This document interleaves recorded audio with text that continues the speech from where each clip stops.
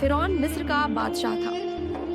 وہ صرف ظالم حکمران ہی نہیں تھا بلکہ اس نے خود کو خدا کہنے کا دعویٰ کیا۔ قرآن میں آتا ہے کہ فرعون نے کہا انا ربکم الاعلیٰ، یعنی میں تمہارا سب سے بڑا رب ہوں۔ وہ بنی اسرائیل پر ظلم کرتا تھا، ان کے بیٹوں کو قتل کروا دیتا اور عورتوں کو زندہ چھوڑ دیتا تاکہ انہیں غلام بنا کر رکھا جائے۔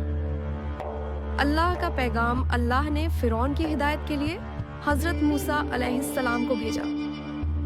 حضرت موسیٰ علیہ السلام نے فرعون کو دعوت دی، اللہ پر ایمان لانے کی، ظلم چھوڑنے کی، بنی اسرائیل کو آزاد کرنے کی، لیکن فرعون نے گھمنڈ کیا۔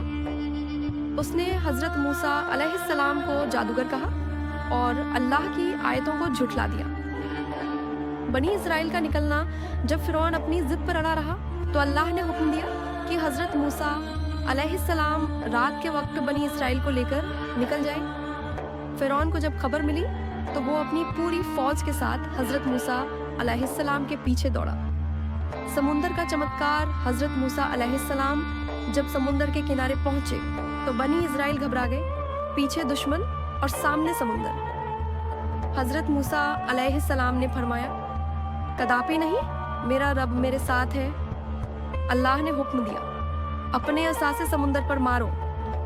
جیسے ہی حضرت موسیٰ علیہ السلام نے عصا مارا، سمندر دو حصوں میں بٹ گیا اور بیچ میں سوکھی راہ بن گئی۔ فرعون کی آنکھ کھلی گھڑی، حضرت موسیٰ علیہ السلام اور بنی اسرائیل سلامتی سے پار ہو گئے۔ فرعون نے گھمنڈ میں آ کر اسی راستے سے پیچھا ڈو کیا۔ جیسے ہی وہ اور اس کی فوج بیچ سمندر پہنچی، اللہ کے حکم سے پانی آپس میں مل گیا، لہریں اٹھیں، فرعون ڈوبنے لگا۔ دیر سے کیا گیا ایمان ڈوبتے وقت فرعون بولا میں ایمان لایا کہ کوئی معبود نہیں سوائے اس اللہ کے جس پر بنی اسرائیل ایمان لائے، لیکن اس وقت بہت دیر ہو چکی تھی۔ اللہ نے فرمایا اب جبکہ تو پہلے نافرمانی کرتا رہا، نشانی قیامت تک۔ پھر اللہ نے فرمایا آج ہم تیرے جسم کو بچا لیں گے تاکہ تو آنے والوں کے لیے نشانی بن جائے، یعنی فرعون کا بدن قیامت تک کے انسانوں کے لیے عبرت بنا دیا گیا۔